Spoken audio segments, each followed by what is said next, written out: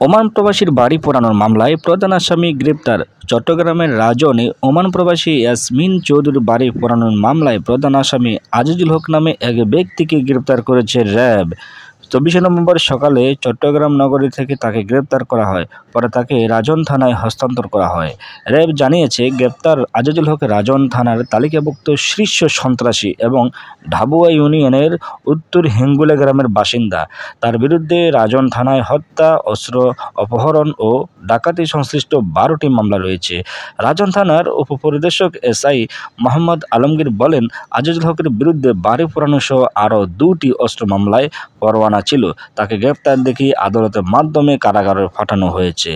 গত 30 সেপ্টেম্বর 50-60 জন অস্ত্রধারী NRB CIP অ্যাসোসিয়েশনের সাধারণ সম্পাদক ও চট্টগ্রাম সমিতির ওমানের সভাপতি ইয়াসিন চৌধুরীর রাজন গ্রামের বাড়িতে আগুন দেয়। এতে ঘরের জিনিসপত্র পুড়ে যায় এবং ব্যাপক ক্ষয়ক্ষতি হয়। আজিজুল হক এই ঘটনায় করা মামলায় প্রধান আসামি।